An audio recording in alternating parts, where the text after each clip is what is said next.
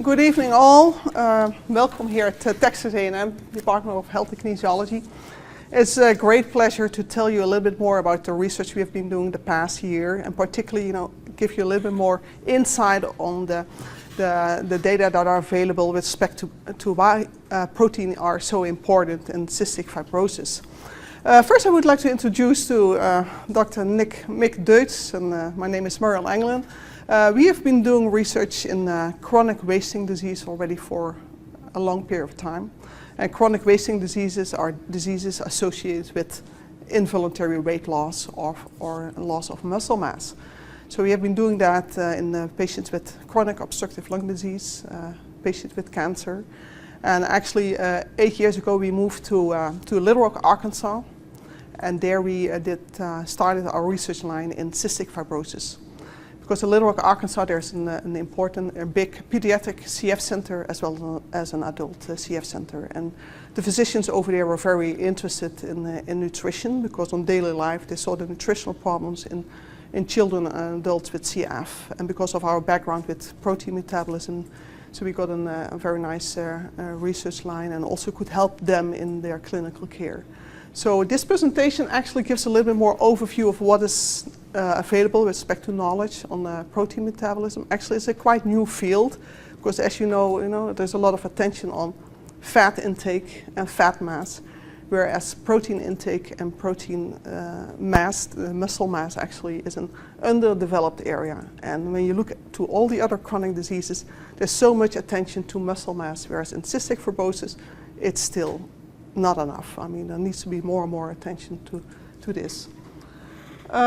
So the title of the presentation is why proteins are so important in cystic fibrosis. The first part, I will tell you a little bit more about how much muscle wasting occurs, what the consequences are of muscle wasting in CF, what the causes are, and then Dr. Deutz will go more into detail about proteins and changes in protein metabolism. As you will see, most of the presentations are published in the past years, which already indicates that it's still in a developing area. As you know, malnutrition commonly occurs in CF. That has been published already in several manuscripts, and we actually confirmed that in pediatric patients with cystic fibrosis in Arkansas. And as you can see, for example, normally when you measure body mass index, the CF Foundation recommends a body mass index of above the 50th percentile for children. They recommend that. However, when you look at the patients, the number of patients in Arkansas Children's Hospital, you see that approximately 35% of these patients actually reach that goal, which means that there's a large group of patients actually doesn't reach the body mass index of 50 percentile. This group is body mass index less than 20th percentile, it's already 26%, so it's quite large. And this is a group which called often nutritional failure is also almost 20%. This is in a group of pediatric patients between 10 and 18 years old. So what are the causes of malnutrition in CF? Well, the causes are multifactorial. As you all know, there is a kind of disbalance between energy intake, or energy expenditure, and energy intake. And it's well established that energy expenditure is elevated in CF. So they use more energy just for breathing, because they have a kind of chronic low-grade inflammation, which of course increases during an exacerbation. So energy expenditure is increased, whereas sometimes dietary intake, so the energy taken up through the food, is reduced, and particularly during the moment they don't feel well and during exacerbations, which immediately affect also the protein intake. Other factors important is, of course, the pancreatic insufficiency, which also induces a reduced digestion of proteins or fat, and as a result, less is available for the muscle. And other factors like inflammation will affect muscle wasting, hormonal changes in a certain group of patients, and particularly patients with oral corticosteroids. It's known that it might affect muscle mass. So it indicates that there are several factors that are responsible for malnutrition in CF. However, when you look at the consequences of malnutrition, you can see it already affects lung function. So this is the same plot. These are the body mass index categories in the pediatric patients with CF. And you can see the highest lung function is in the group with the patients with the highest body mass index. But the FEV1 will go down a little bit, but particularly it will reduce at the body mass index of between the 20th and 30th percentile. From that moment on, you really see effect of body mass index, reduced body mass index on lung function. So particularly these patients have the lowest lung function. And not only there is an effect on lung function, but also on bone mineral loss. So even in these children between 10 and 20 years old, you see that there's already a substantial portion of the patients already have bone loss, even with a normal body mass index. And particularly also in this group, patients with a body mass index below 20 have increased prevalence of bone loss. So then you can see that malnutrition already affects lung function as well as bone density. But still, what is important, bone loss is also present in this group. So never forget that this is also the case in patients who look normal with a normal body weight. And very interesting, this is a recent paper published in 2013 showing that when you actually measure body weight of a kid at the age of 4, it already predicts a little bit their height and lung function development into adulthood. Which means that, for example, kids at the age of 4 with a normal weight are taller compared to kids at the age of 4 who are mild underweight or moderate underweight or severe underweight. So you already see a discrepancy here. And it also already predicts the lung function, which means that kids at the age of 4, there's a strong association between the weight at that age and the lung function development into adulthood. I mean, this was measured until the age of 20, indicating how important it is to have an optimal body mass index. And of course, also survival. The same study indicating at the age of 4, the patients have a better survival when they have a normal or an optimal body weight compared to the patients who have a weight, for example, less than 10th percentile. However, when you look at patients, adults or CF kids, body weight doesn't always say everything. And we have seen that already in the past with all different other diseases like chronic lung disease.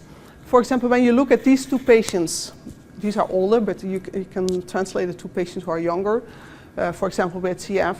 And then you look at this patient, you think, okay, you know, body weight is good. I mean, everything is fine. And this patient is malnourished. Yeah? So this patient probably has normal muscle mass, and this patient had loss of muscle mass. Well, it's clear more and more that also this patient has substantial muscle loss. And sometimes the degree of muscle loss is the same in this patient compared to that patient. And this is called hidden muscle loss, hidden muscle depletion. And that's present in a substantial group of patients with chronic diseases, including CF. And of course, there are some factors responsible for that hidden, so that you still preserve your fat mass, but you lose your muscle mass. And for example, in CF, this was a study done in CF adults, and you see a nice relation between muscle mass and body mass index.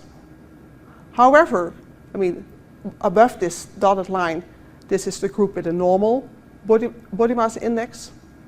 However, when you look at this group particularly, you see that they have a normal body mass, but still a low fat-free mass or muscle mass, indicating that in this group of adults, a substantial group has hidden muscle loss. And the same is actually present also in our CF kids. This is the same study we published a few years ago indicating that, of course, when you look at the patients who have muscle loss, that percentage is, of course, higher in patients with a low body mass index, but it's still present in the patients with a relatively maintained body mass index, indicating that it's so important also, besides measuring body mass index, also to get an idea of your muscle mass, because you know it can be masked by the fat.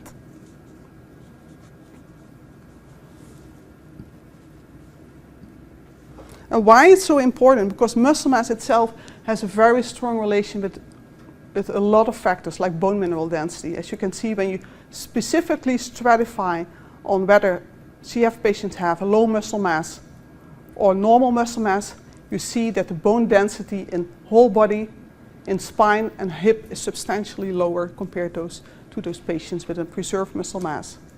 And the same is also for lung function. Lung function is significantly lower in patients with low muscle mass.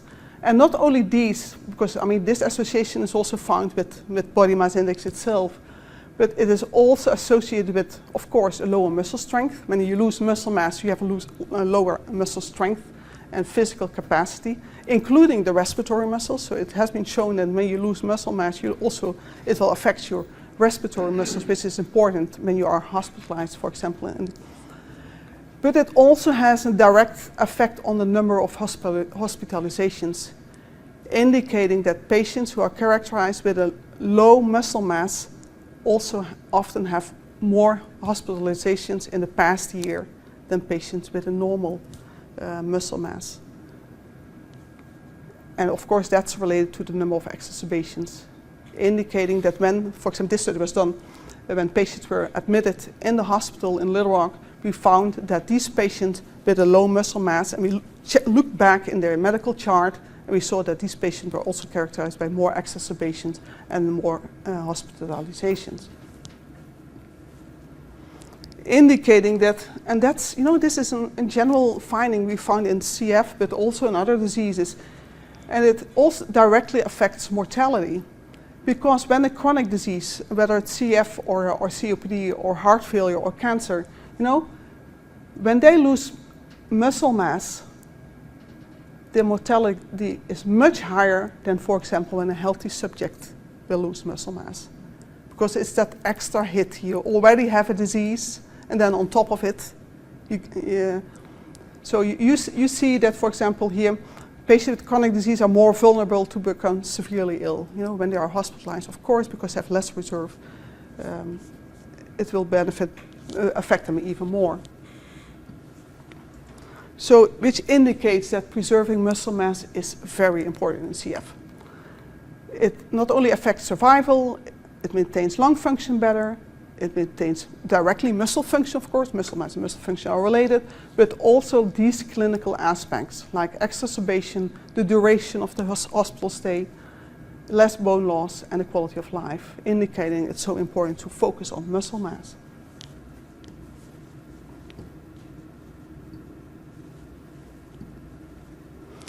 Oh, I think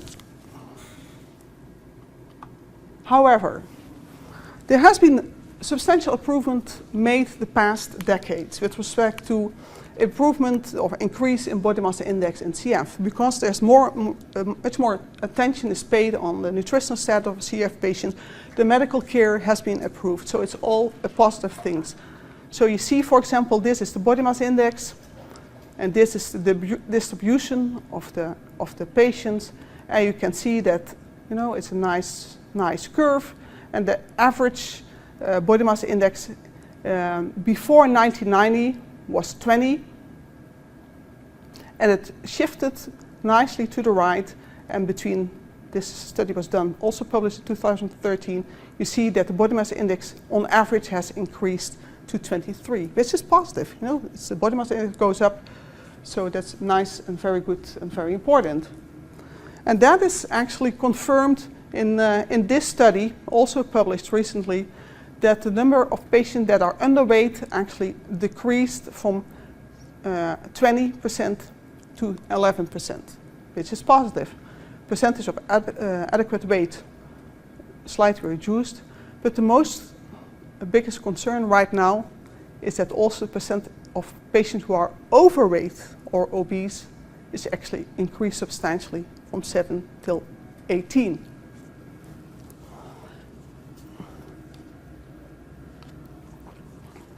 And interesting, they looked at this group of patients thinking, how are they characterized? Well, these patients who are overweight or obese have a trend toward increased central fat, so fat around the belly in comparison to healthy controls. And they also had increased levels of cholesterol. These things, okay, those are not very good things to have in patients with CF or other patients. And actually, we also found it in our group. When you look at, this is still the CF group in Little Rock. When you look in this group of patients, these are the patients with a BMI of larger than 50. You see, this is the fat-free mass, the muscle mass. So these are almost 100% what they need, what is necessary.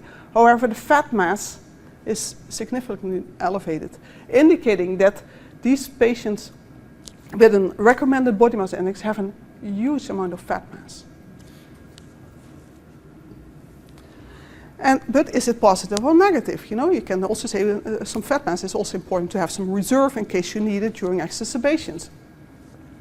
Well, it appears also from studies in 2014, actually this year published, seeing that, with respect to lung function, there is a relationship between body mass index and lung function, indicating that when your body mass goes up in the adults till approximately 23, you see an increase in lung function, which is okay.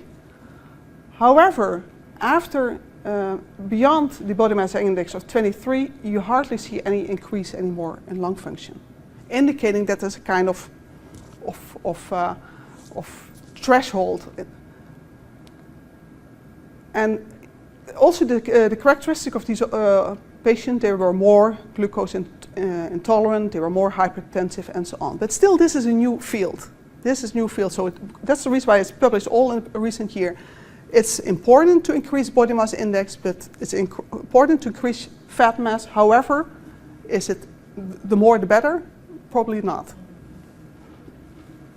And actually the same, it was also published this year in pediatric patients, indicating they stratified the group a little bit different. Nutritional failure is a body mass index less than 10 percentile, and then it goes up until overweight obese.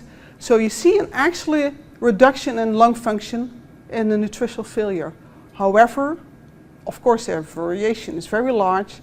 You don't see an extra improvement of lung function anymore when they are overweight or obese.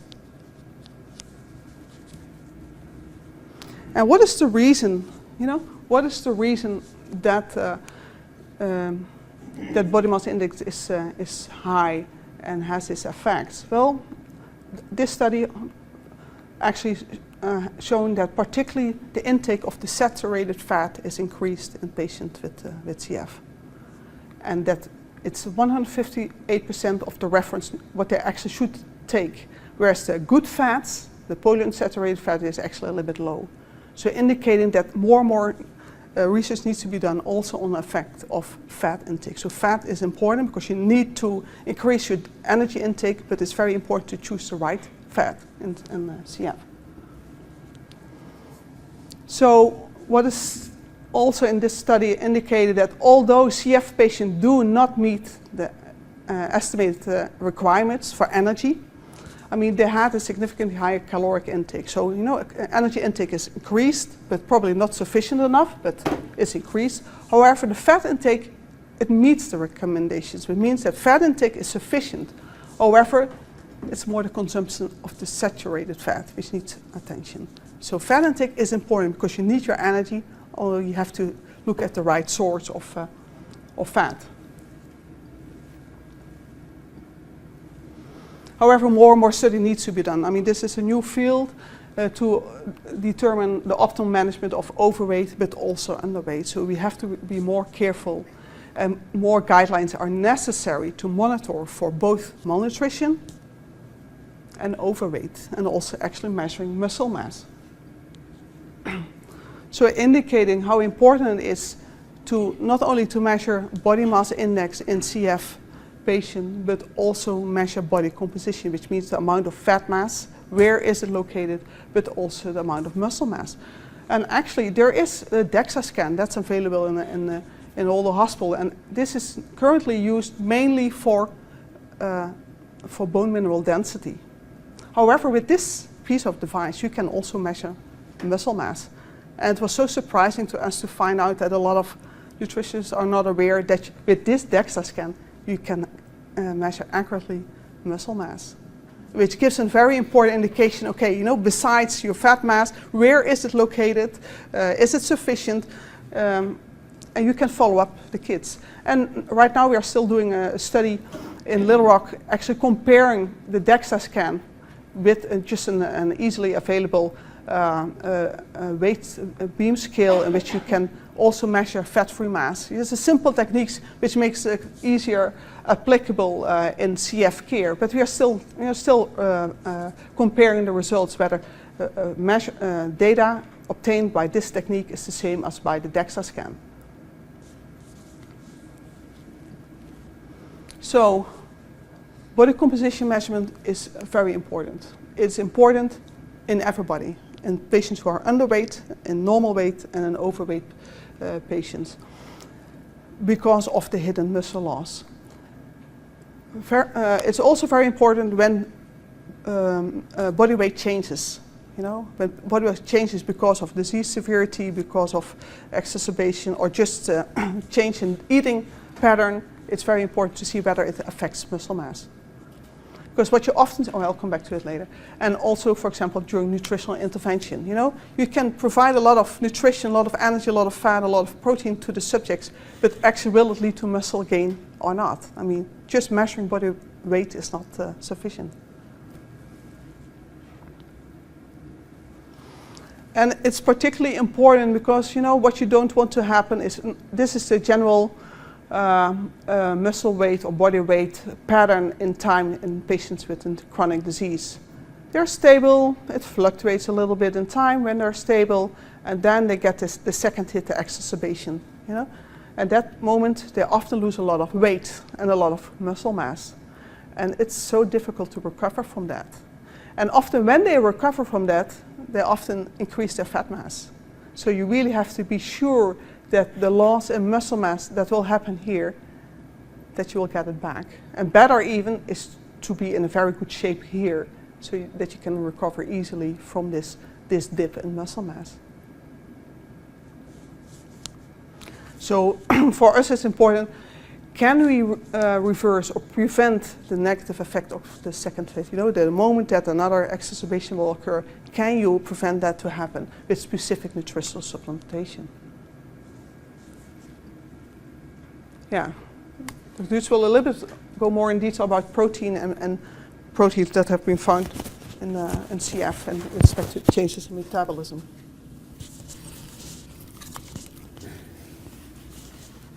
So muscle is protein, so it seems to be very logical to then take more protein, because that will help to build the muscle. But what is protein? I think most of you will know, but it's good to summarize it. This is the my plate. This is always very interesting. Oh, there we go. Sorry. I hate it. In the my plate, they say you have to eat fruits every day, vegetables, grains, but also protein. So it is really identified as an important component. And what is very interesting is that dairy here is put aside as something else that you need. But the most important component of the dairy is also protein. So protein is twice here. What is protein? Of course, meat, cheese, meat, milk, or milk proteins. For us, the easiest way for somebody to take extra protein is actually by giving milk proteins. The ones that you actually can buy in a Sam's Club or a Walmart. That is the easiest way to give protein. So how much is actually recommended? For the energy, we know it's a little bit higher, and for the protein, they didn't know quite what to do, and they choose the same, 120% of the RDA. which is no more than 1 gram of protein per kilogram body weight per day. But there is no real research to how much actually is needed in these patients. And we think, and we have a lot of data for that actually the protein requirements is higher in the CF than the 1.0. And even much higher. And that all has to do with we need to prevent any loss of muscle mass and function. And important things are the work of breathing, so that needs more muscle. The chronic inflammation, on the other hand, you will lose muscle for that. And of course, the exacerbations, as Dr. Engelen said, immediately you will lose a lot of muscle mass, so you have to bring that back. And that's the complicating factor, it also depends on the degree of protein digestion impairment from cystic fibrosis. And that can be a very important point, because if your protein digestion is just half, you have to eat twice that amount. So if the requirement would be 1, for instance, which is too low, then you already have to eat 2. Or you have to play with enzymes, but I come back to that. The enzymes are important, but how well do they work?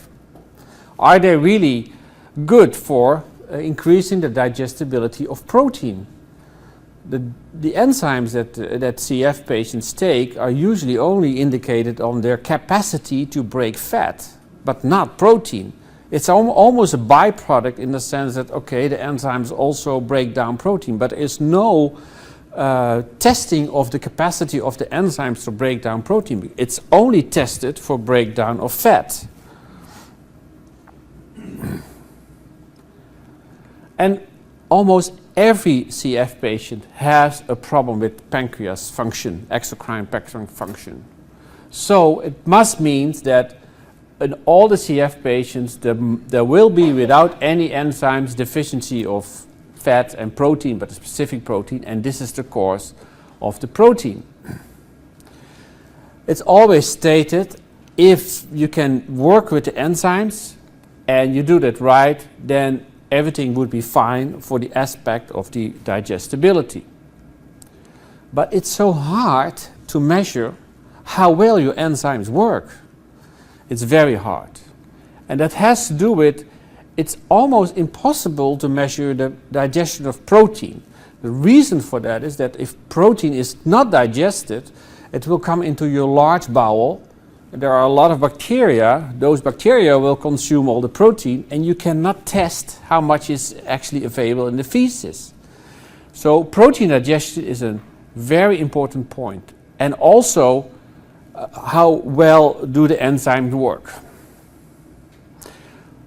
We use this one. This is one of our new developments. So we talked with the CF doctor, and this is the way we are translational researchers, which means we don't invent the research questions. We usually talk with others, and we take their questions and work on that. And this CF patient doctor had a very simple question. I have my CF patients and I want to give them extra nutrition during the night. When should I add the enzymes to this nutrition? Because it will given all through the night, while if it given in the beginning, how long will an enzyme work? It's very practical, and we use that. So we developed a method, an easy method, to measure the digestion of protein almost instantaneously.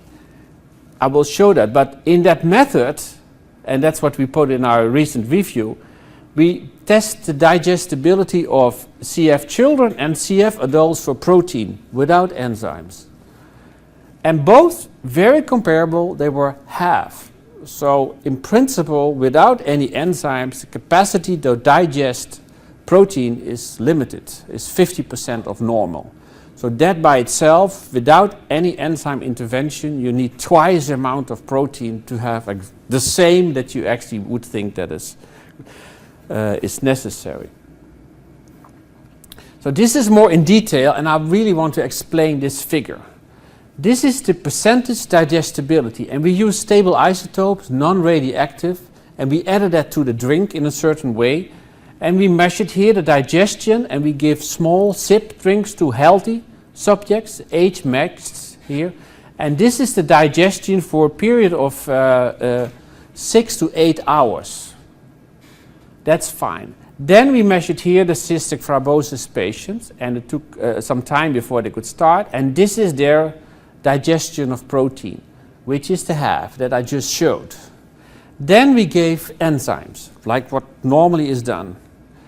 And then this digestibility of this protein increased, although not completely normal, but really high, and it also went down again. So our method immediately can measure the digestion of the proteins. Secondly, it's immediately clear that it takes 2 to 3 hours before these enzymes actually work for protein digestion. So we immediately concluded if you take a meal with protein and you add the enzymes with the meal, the moment the enzymes start to work, the meal is already gone. That's a very simple translation, and that's why we think this is so important. And that the function goes away. So we have now developed, and I think it's very interesting, a lot of people are interested in that, a new method to directly measure the digestion of protein. We also measured, and we didn't publish this yet, the digestion of fats. We don't show that. But in the fats we see a different pattern, but we also have methods to measure the digestion of fat. But it appears that measuring the digestion of protein is actually way better and easier than to measure digestion of fat, and the response is the same. And this is again the CF children and the adults. They respond exactly the same, which is logical because the pancreas function is limited at some point and it will never restore, but it will also not degrade. So apparently that's the reason why these children and adults have the same. So we come back to this point. What are the protein recommendations? So there are no real recommendations. And the recommendations now need to depend on how well can somebody actually digest protein, and how well do the enzymes work, and in the time frame, how should you give that? These are all questions that are open, but I think very practical translational questions. And about the protein intake, we still have the issue about the chronic inflammation and the exacerbations. And we, for instance, do not know whether the pancreas enzymes actually work optimal when you are inflamed, or we have no clue about that. So just for the expert opinions of an adult that is sick, is already indicated that they should have at least 1.5 gram of protein per day. So if your digestion is not optimal, and you have a problem, you see the requirements are pretty high for protein, very high, to really maintain. Now, what is known in this field? First of all, a study 10 years ago, they tested whether giving more protein is better. Because some people will argue if you give more protein, it doesn't work. They gave 1.5 gram or 3 grams, which is a lot, or 5 grams to cystic fibrosis children.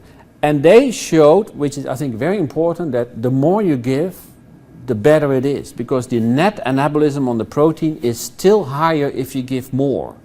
So it's not wasted giving a lot of more protein. It's hard, but actually giving more is helpful, as long as you can digest that. And this is the net anabolism also in retention. So they still respond to high protein intake.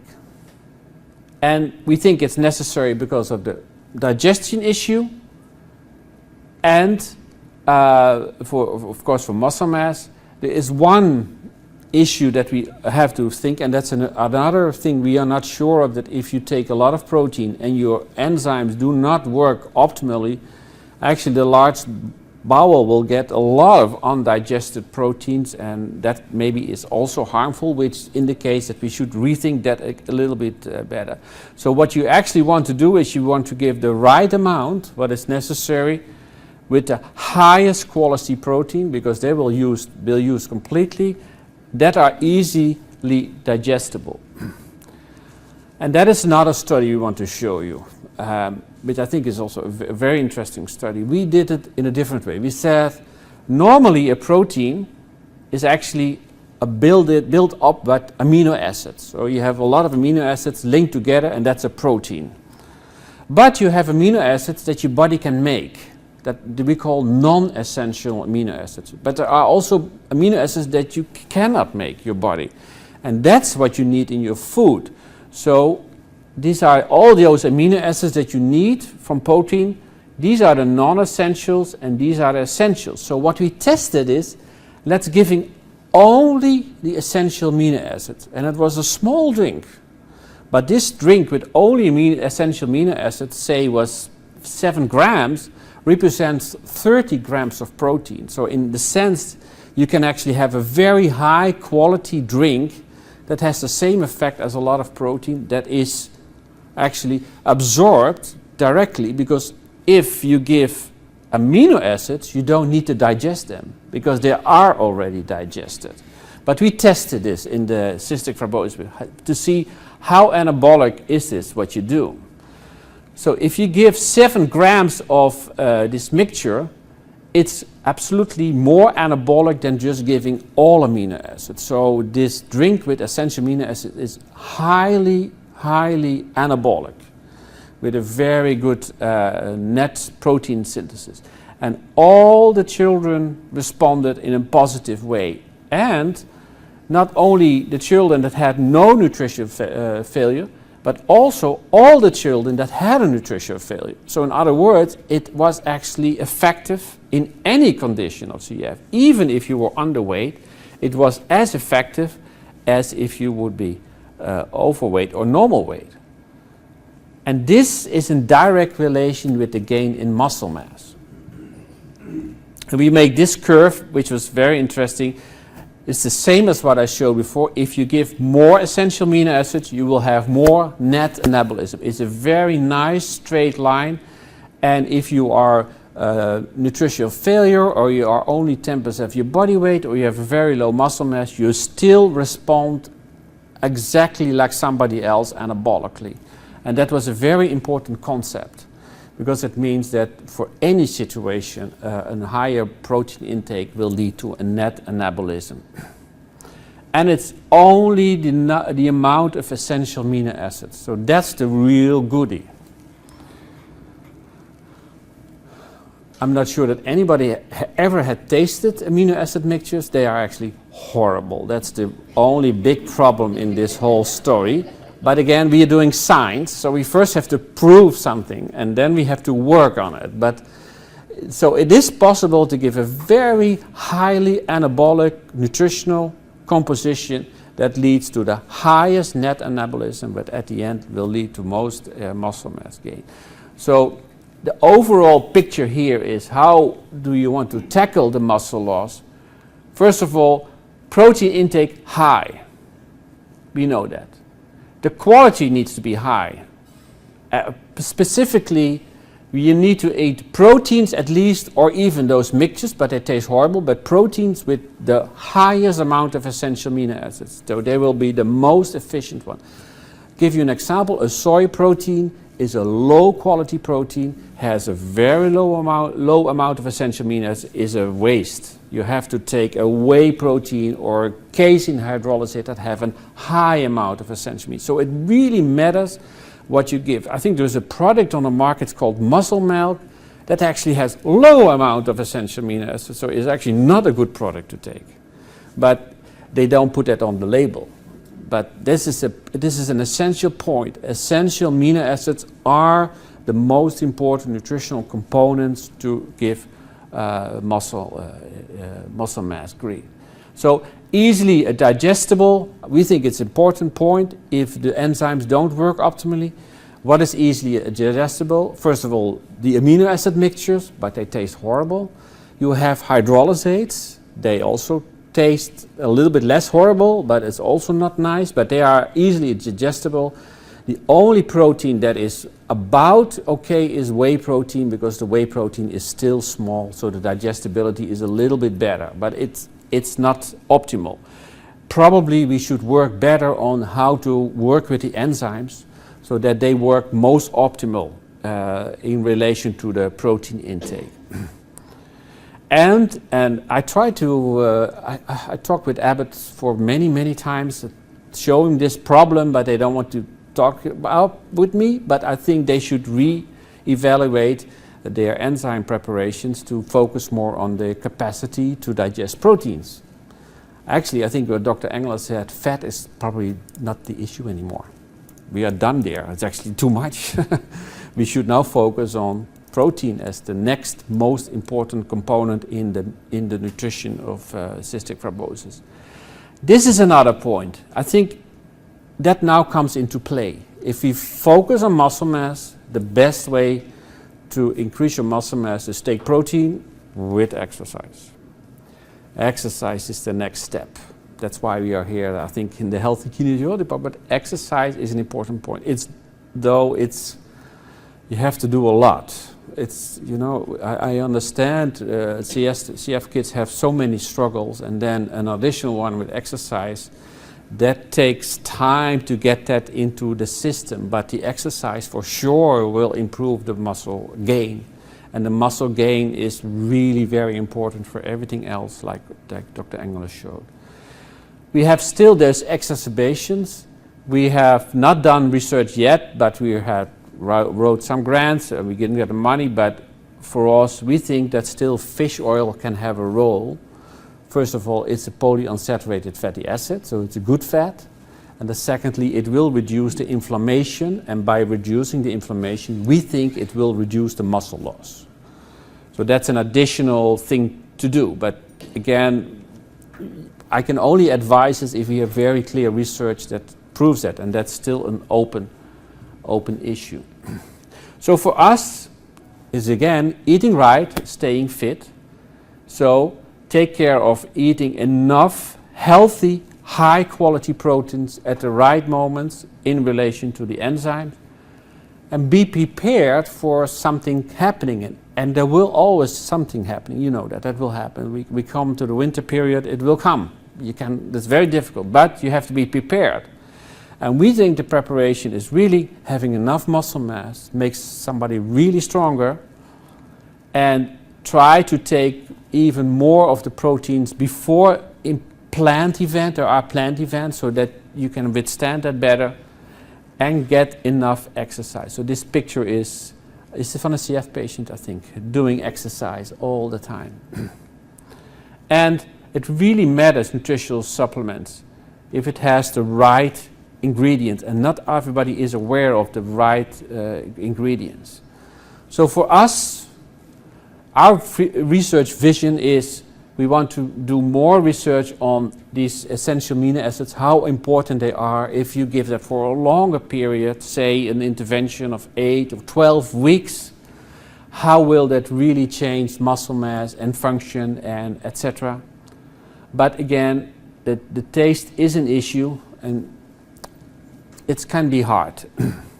So I think we need to have something that makes it at least better palatable, and maybe we should then go more to proteins. We really want to see the quality and how the pancreatic enzymes can help the digestion of the protein in a positive way, and maybe develop protocols in which enzymes are taken 1 or 2 hours before the meal, and see whether that actually leads to a higher anabolism, so that next time we know that that is the better approach.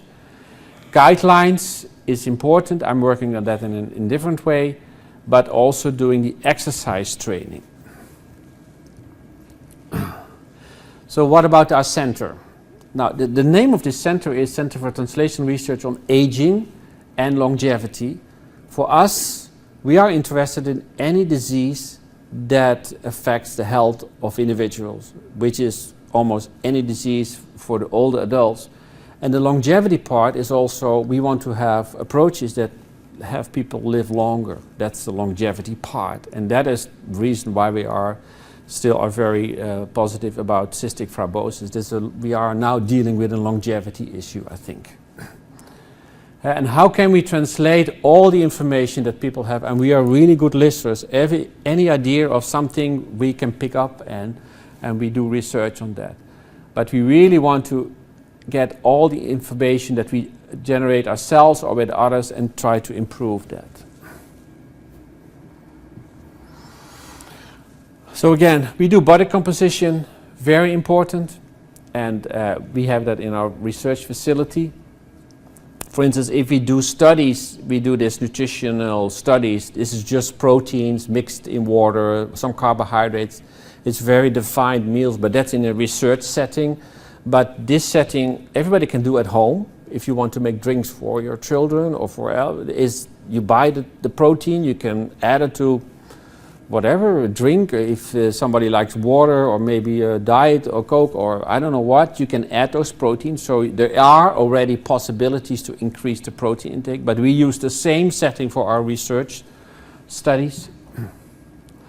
For instance, we do a lot of measurement of muscle function because at the end we want to know that this amount of muscle actually translates to stronger muscles.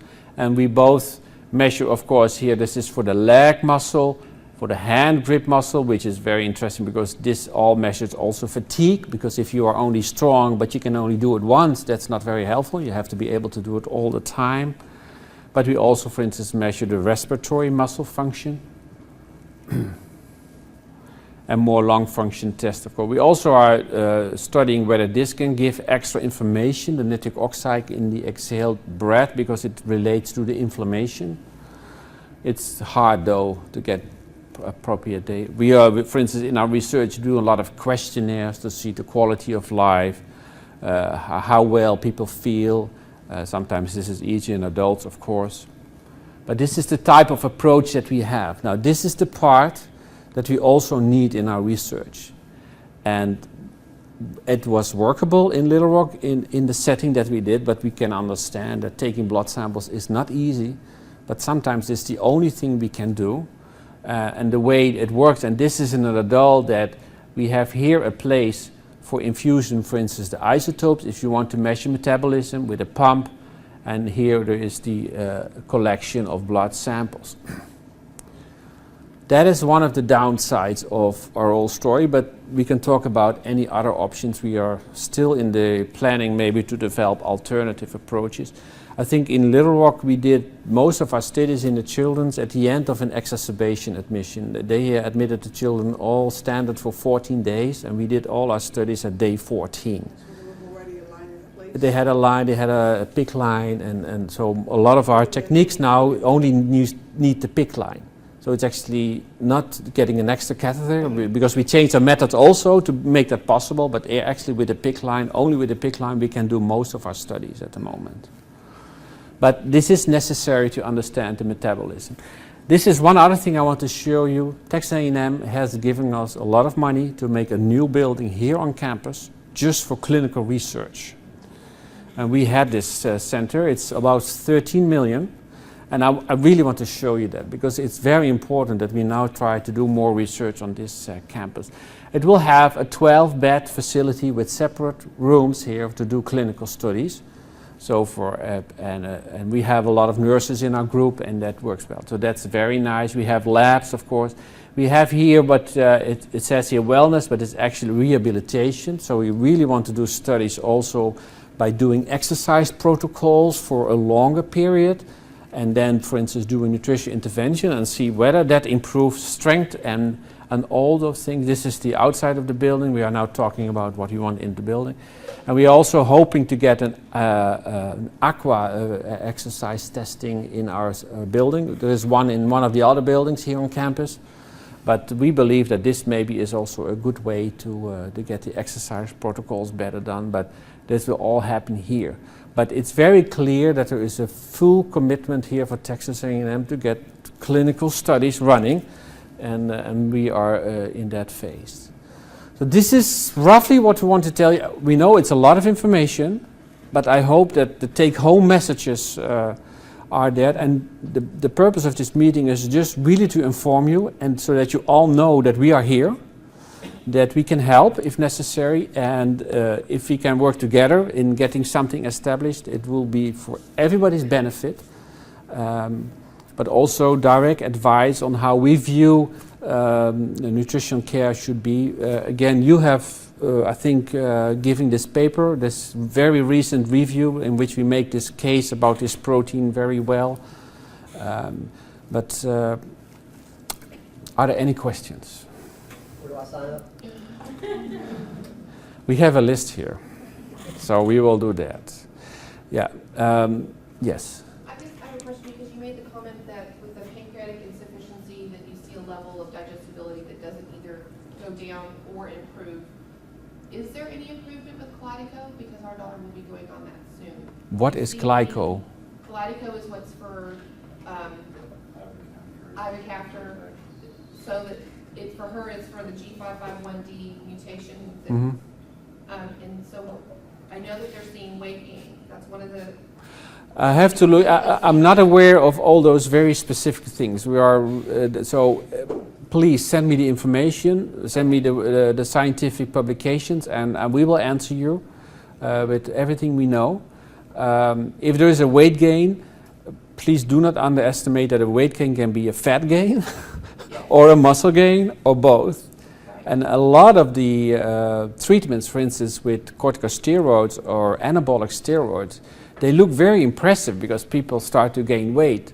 But almost all studies show that the weight gain is purely fat, and they even lose a little bit muscle mass by anabolic steroids. So, I have one more question about yeah. that. So you were talking about the efficacy of the enzymes with protein. So if I'm feeding my daughter breakfast and I give her her enzymes, then possibly 2 hours after that meal I should be pushing a protein shake and hopefully that we're catching some of that enzyme work on the protein side? From our research, that would be a conclusion. Although, again, we should maybe test it in a more direct way. And we were in that phase, but we couldn't do that. But we have now used the same method in other patients, and we are actually doing that. So we're giving the test directly with a meal and see all those things. But my first advice would be, is very clear.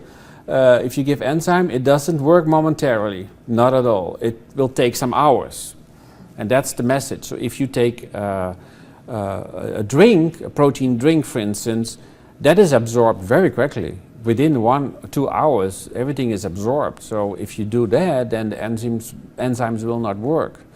But if you give enzymes a regular breakfast, and then at the end of the breakfast you give a protein drink, that's a very good solution. That's the one that we always advise for older adults. If you need extra protein, keep on eating what you like, but at the end, after half an hour, then take the protein shake. And that works very well, and that's the basic idea, and in your case it would work perfectly, actually. What about from the standpoint of, we oftentimes as parents, we try to do so much in the realm of whole foods, organics, staying away from growth hormones and things like that, but I mean, it sounds like from a standpoint of protein sensitive, do you see, you know, we talk about free range chicken. Yeah, again, this is just my view on it, right? Very my view. I think these are minor details in relation to the major detail, which is the protein intake. So I understand the organic thing, but you don't grow muscle with organic foods. What I'm saying is, do growth hormones, that a lot of... Some people will say that the growth hormones can be positive way, even instead of a negative way. So I think it's more detailed. We forget the basic thing of how much protein do you need to survive, to keep up your muscle mass. We forget this very basic thing, and we're going a little bit to the other. And our focus is really, let's go back to the start of this whole discussion, and let's first get those important nutrients in. Another thing, but again, that's from my experience with working with older adults, a lot of the food, the organic food, is actually a lot of carbohydrates, and it's a lot of volume. And for instance, older people have a problem by eating a lot. So what you give is actually food with a low value, low. It is a lot, but it's a low value because the carbohydrates are not necessary. So if you can replace the same amount of food with something that has a higher quality, then it would not be a burden, but it would actually be more effective in the relation to this. We could be looking at 200 to 250% of the recommended daily allowance of protein based on how well they. Our suggestion and the others in literature show there is no optimal. You can see how far you can go, but a lot of the healthy food is actually anti-obesity food because it's a lot of food with a low biological value. So, but that's my personal opinion, and that's how a lot of the older adults that I treated really got better into shape by replacing those foods, low quality foods, with high quality protein. Even fat, I know you need a certain amount of energy, but it's clear that the amount of fat that is taken is really more than enough than the energy requirement of the subject, but the protein is actually not. And a lot of the energy, fat that you take actually reduces satiety, so you don't get a wish for more food. So there is no problem in reducing the fat a little bit and increasing the protein in this case. Yeah, and that's what we always said to the older, start with protein first, at all. It is specifically for an older adult, they do need a lot of energy. So protein is the key, and is the key factor here. If you start rethinking this focus on the protein, then at least that point is better, and it would be better for the muscle mass, and it's very clear. Exercise is another question, but that's a general question. Do any of your children or yourself do exercise? Not enough. But is it possible? I want to start, yes. But it's not hard. It's hard because it limits your breathing. It's complicated. So what type of exercise would be good actually to limit the oxygen consumption? More the weight-bearing exercise, So, the resistant exercise yeah. with weights, really short bursts of exercise, Exactly. which Yeah. makes your muscle directly and reduces your fat control. Yeah. But this is exactly what is advised in the COPD patients, which is exactly the same issue. Of course, you also have the endurance. Yeah. It's also Yeah. focus on the resistant exercise. But those protocols need to be developed better, of course. But This is a new field. it's a new field, but it's not new for CF though. It's an overall for everybody. This is a wave of improving your protein intake, doing more exercise, wellness. You see it everywhere. And the CF is exactly the same, and it will improve the lives, and it will make it better, and it will reduce the burden of exacerbations, or maybe even reducing the exacerbations. And we know if you are fit and really fit, you're stronger. And again, you don't build muscle with fat. There's no research showing that, so that's not the point. Yeah, it's very important to mention that. The moment you lose muscle mass because of your disease, you lose weight because of your disease, you lose fat mass and muscle mass. If you eat more calories, you gain fat mass. So you get in this balance between your muscle mass and your fat mass. Yeah. So when you have tried some episodes of the weight loss, you lose muscle mass, you gain fat. That's what you see with the hidden muscle wasting. You look okay, but still have no muscle. Yeah. Questions? Yes. You mentioned whey protein. What are other types of protein that we can get? By far the cheapest and the easiest manageable is whey protein. You can buy it everywhere in those big bags. It's really not expensive, and you can do it on a weight basis. So that's very simple. If your trials is 50 kilos or 40 kilos, and you can get 40 grams of protein, you're already in a very good shape. The whey protein dissolves very well, so you can add it to anything, to a yogurt, to a drink, to whatever. There's so much possible. But there are a lot of other proteins and protein supplements in the shops. And I just want to advise you, don't go there. Because first of all, they are way too expensive. It's just the same protein, but then in a nice bottle. And sometimes, for like the, I'm not sure the muscle big, but there were some of those supplements that contained actually a lot of saturated fat, which you don't want. So it's better to go to the pure components.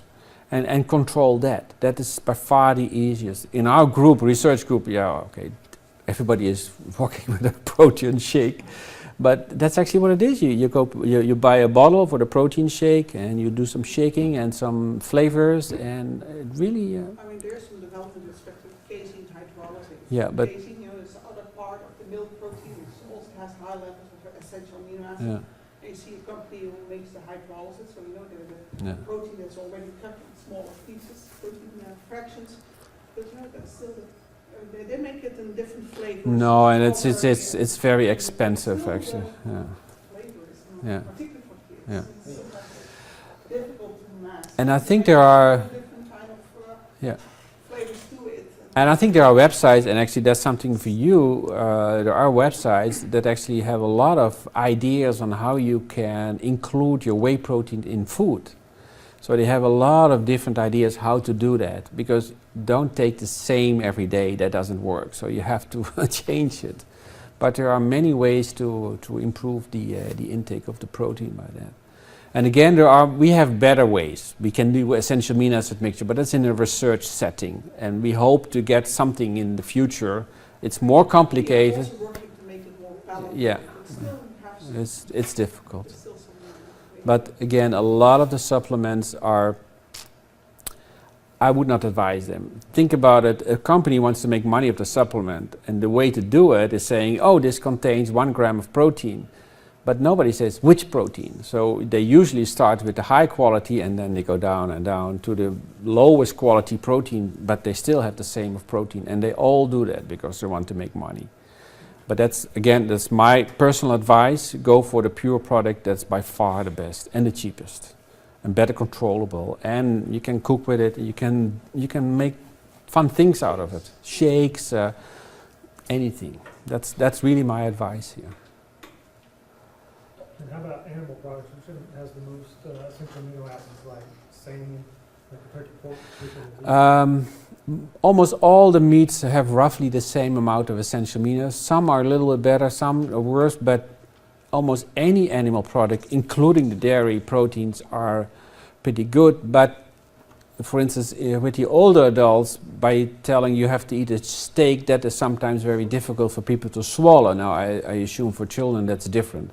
But protein is a good source, but a 100-gram steak contains 20 grams of protein. It's not a lot, actually, if you think about it. So that if you start thinking about what do we eat and how much protein in it, and you start to do simple calculations, you very quickly will find where to go. But again, it also is very important that people stay on eating, because if you make it dislikable, that's end of the story. So you have to be very careful in how to do those things to keep it optimal, and that's very difficult to advise, but I think you all understand what I mean. You have to make a game out of it, but if you're aware of this component, I think you're pretty good. And what brand of pancreatic enzyme did y'all use for these studies? Which was what? Crayon. Crayon. It's based on the fat. I think we just used Ensure Plus as a test Yeah. meal. Because it's Then the we regular. calculated the amount of enzymes to use with respect to the amount of fat in the Ensure Plus. Yeah. And that's just to see a product of food and CF here in Little, and then use the amount of enzyme necessary for the fat. Just very easily translational to Yeah. You mentioned fish oils as for reduction of inflammation, but I've been seeing a lot about krill oil versus fish oil. Krill oil is a different type of fish oil that only contains one of the two. And the fish oil has two main polyunsaturated fatty acids, is EPA and DHA. And the krill oil only has DHA, if I'm correct. While the EPA actually better to reduce the inflammation. So I understand this issue, but still the fish oil it probably seems to be the best option. And again, you can buy fish oil everywhere. That's not the problem. You have to look at the contents, though, of the EPA and DHA. That's very important for the fish oil that you take. But that's more research. But if somebody takes those supplements, I would that is a situation of try it. There's nothing harm about it, but the real science is not there yet because it's so hard to prove these things. But we know it from other diseases that there are positive effects. So we assume that it's the same for the cystic fibrosis. In cancer, for instance. Yeah, and for like COPD also, Yeah. there's some evidence that visual Yeah. increase response. So it's so important to look actually also at the other diseases to get some Yeah. knowledge Yeah. what might help also. And that's actually what we do. That's what we do. We have, in our studies, we have cancer patients, COPD, we do all different diseases, but they all have this common thing of something chronically affecting inflammation or whatever. And that's why cystic fibrosis is a chronic disease. It will never go away. So, Exacerbation of CF and exacerbation of COPD, you know, it's Yeah. comparable. But also, for example, in the cancer patient who respond to a surgery or chemotherapy, that second hit, you know, patients respond often in the same way, whether you yeah. give it a surgery or another type of treatment. And you can learn a lot from how the body responds to the second hit, Yeah. and how to deal with nutritional intervention. So we have a paper here, but we also have our business cards. Oh yeah, so So please take the business cards. Feel absolutely free to contact us. We go to our website. We have a newsletter that you can, it's an email newsletter. It's not coming every week because we are not a very large group. Our group is about between 10 and 15 people, so it's still some, but and we are also very happy if you want to come over to see how things look and what we do. We are more than happy to entertain that. It's something to do together. And he came asking our college whether we were interested in that, and this is how this meeting started. So it was you starting this whole enterprise, but I think it is something to do together, for sure. Are you wanting to see if our children are hospitalized, are you wanting access to them on that 14th day, like if they're in a 2-week cleanup situation? The point how it works is the following. If we first have to understand that we have a large enough group of potential subject in a study before we can actually start this whole process, because we have to do a lot, getting ethical improvement, we have to make a lot of steps. So for us first is we have to, and that's Zach knows, is we need to establish a group that of potential interested people so that we know that we can use our resources to do research on them. And in this case, doing research is also indirectly in the benefit of every CF patient, because we will have contact and we can give information as recent as possible.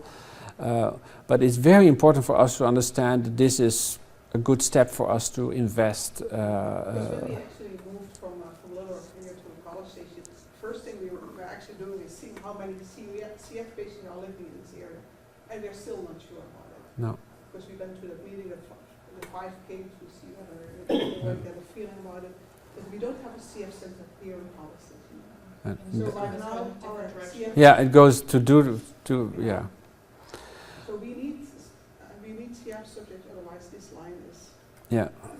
We actually had written an NIH proposal with a very good score, but we couldn't renew it actually because we moved. So there is a lot of interest in this. So Yeah. very interesting It's research. Very novel. Yeah. I mean, when you see also publication, you still the manuscript you submit for publication in the journals in the past year, they were all accepted. Yeah. Very high. But it stops because we're here now. Yeah. And Yeah. we don't have a CF center, but we hope Yeah. we can still do something. I mean, the number of subjects we need for our studies, I mean, those are small because we use very advanced techniques. Yeah. So it's not hundreds. We need usually 10, 15 subjects per group. So it's really manageable. But it would be a nice combined effort of us all, actually. Do they have to be hospitalized? No. The point about the research questions is we have research questions, you have research questions, and we talk together and we said, now this is an important research question. Do we have enough subjects or people that are interested? Let's go for that. And that's how it works. Then we get approval from the IRB with all the whole thing, and that's it. So it's really research in interaction between patients, parents, and us. That's how we view translational research, and we want to do that. So it's not even through the doctor, but actually to the patients. How optimal is that actually? You have a research question, and we can work on that and come with an answer that everybody will benefit, you of course, but also others. I would think that is the way research should go actually. Right. I think our son would definitely be Yeah. interested in being, in the study and helping. Yeah. He just turned 18, I think, and he's all about.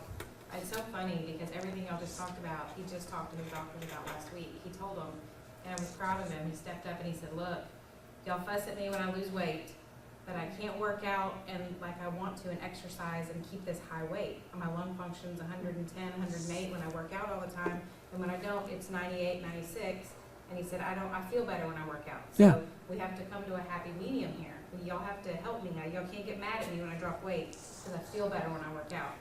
And so everything. The point is, he probably loses weight because he loses a lot of fat tissue, but his muscle goes up. That's right. So it's a positive way, and that is exactly the point about losing weight is not the same as, and that's why we have to measure that. We must be clear on that. And I was really shocked because I heard one of the CF physicians, not in Leeuwarden, but from a different center, actually advising the patient not to work out because it's inducing weight loss. And I think, okay, this is... We just went through that not too long ago.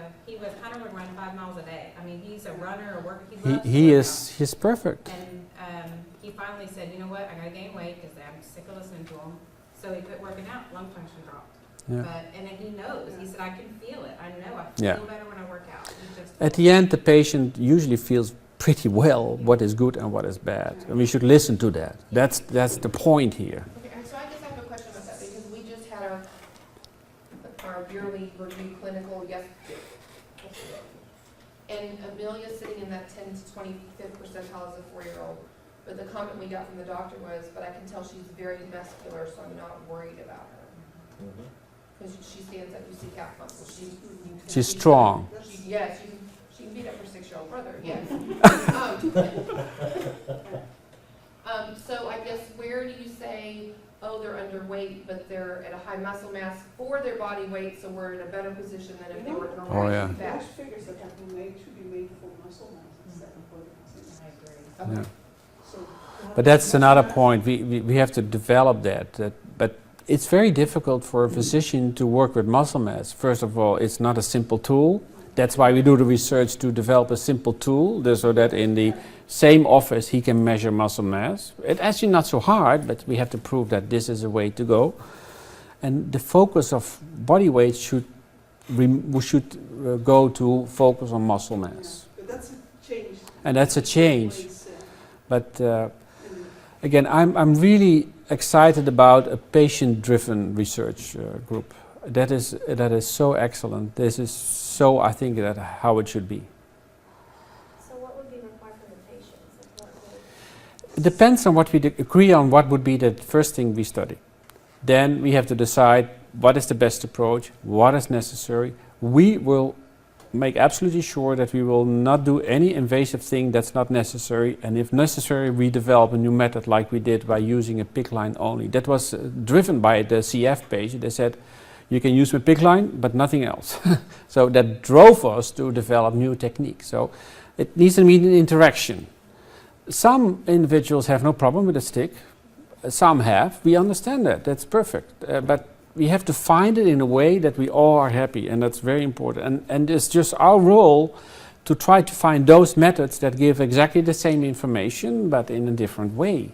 But that's why you need this interaction so much. And we need those points, what is important. And there is way more possible than people think, actually.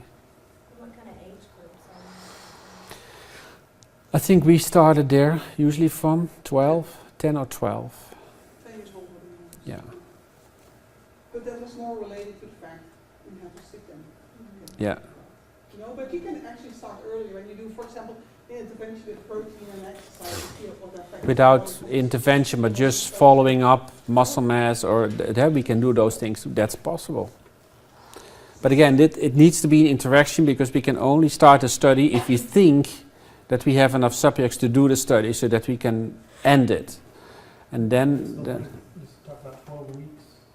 for instance, or 8 weeks, but again, that's something, if you say, yeah, 12 weeks, that's really long, okay, then we say, yeah, but you do 8 weeks, but then we have a hard time to measure the gain of muscle mass. So that is the interaction. It really depends on all these factors. You do, for example, studies during a few hours in which we, for example, you can measure the acute response on nutrition. You not only have to wait for or give somebody No. 8 weeks or 10 weeks or something to know already beforehand whether it will work Yeah. or not. So this essential amino acid study was a one-time study just to find what is the best and the most anabolic substance. That's something that's a one-time deal. You get this drink or you get that drink. Which one is better?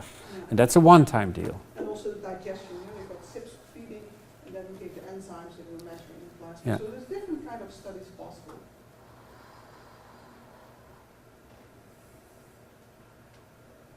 I don't know if Hunter will do the drinking study, because he'll drink anything, I don't care what it tastes like if it helps. So, I mean, I'll talk to him when I get home. I think y'all have definitely. Yeah. And Zach, you're also our contact person, of course. And Yes, sir. Keep Yeah. it updated and I'll send out to the email list. we are interested in how many people follow the stream, of course, how that worked, because we perfectly understand that. Well, and if you want only kids that are 10 years or older, how many is that in this room?